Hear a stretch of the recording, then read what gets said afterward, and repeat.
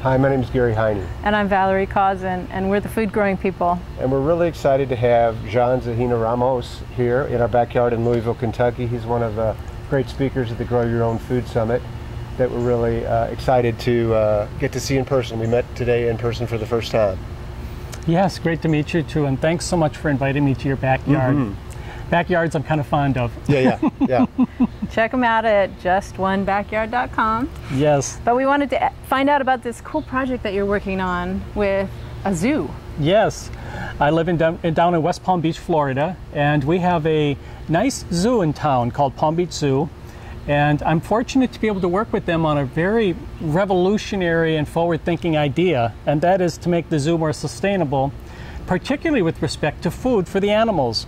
So what we're doing right now is looking at the landscape within the zoo property itself and looking for opportunities to swap some of the existing landscape out and put in food gardens specifically tailored for growing food for the animals that live at the zoo, so that the zoo doesn't have to import food from other places, which makes the zoo much more sustainable with terms of the food for the animals.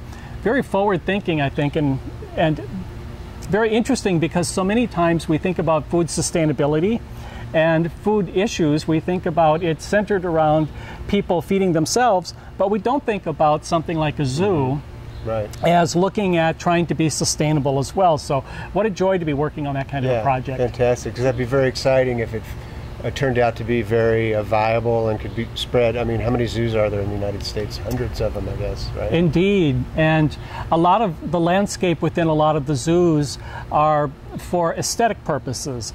But in this case, we're able to relook at the landscaping and think about not just aesthetics, but also the ability of those plants to provide food for the animals that live at the site. So one of the benefits to the zoo is that there's going to be an area, say, with all the primates in it, and we're going to be able to have the primate food grown in proximity to the primates. So people will be able to come in and see the food that the animals themselves eat right at the same time. And another really wonderful opportunity with becoming more food sustainable for this zoo is to open up their programs and to start integrating food sustainability into their message.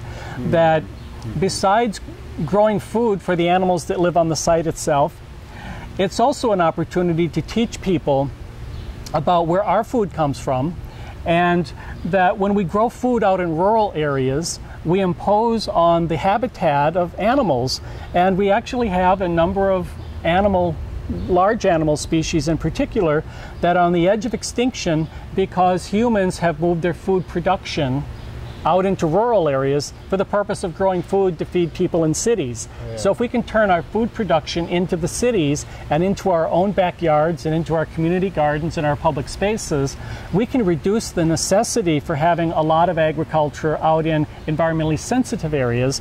And so these animals that are displayed in the zoo, in Palm Beach Zoo, they're going to be benefiting by people learning that if you grow food locally, you're going to be able to benefit those species that are on the edge of extinction. Yeah, oh, that's beautiful. I love that. It's a whole new message. Yeah. Well, appreciate the great work you're doing, and really are glad that you came to see us today and shared your wisdom with the world. Thanks so much. We love that something good is happening in those kinds of environments that we get to visit and learn from. So thanks for your work there. Thanks so much for having me. JustOneBackyard.com.